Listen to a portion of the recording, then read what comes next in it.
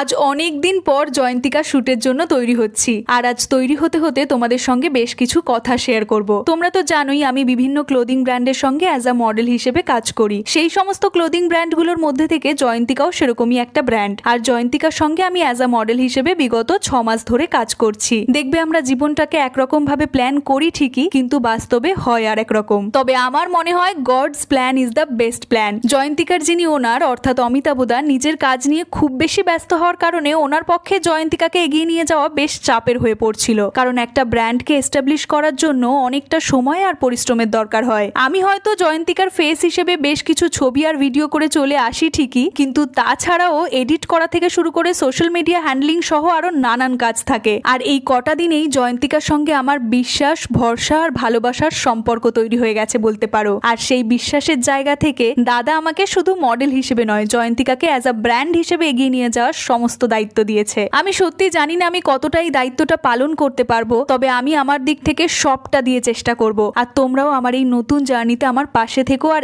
এভাবেই ভালোবাসা দিও। আজ খুবই সিম্পল ভাবে তাড়াহুড়োর মধ্যে রেডি হয়েছি। এখন ইনস্টাগ্রামে জয়ন্তিকার পেজের জন্য বেশ কিছু রিল শুট করলাম, সঙ্গে ফেসবুকের জন্য একটা লাইভও করেছি, যেখানে খুব সুন্দর সুন্দর জারি তাসারের ওপর কলমকারি হ্যান্ড পেইন্টেড শাড়ি দেখিয়েছি। আমি Facebook ID plus Instagram ID দিয়ে দিলাম, তোমরা চাইলে গিয়ে দেখতে পারো। আর আজ আমি যে শাড়ি লুকটা ক্রিয়েট করেছি এটা তোমাদের কেমন লাগলো কমেন্ট করে অবশ্যই জানিও। চলো আমি এখন বাড়ি ফিরি, দেখা হচ্ছে তোমাদের সঙ্গে পরের ব্লগে। বাই।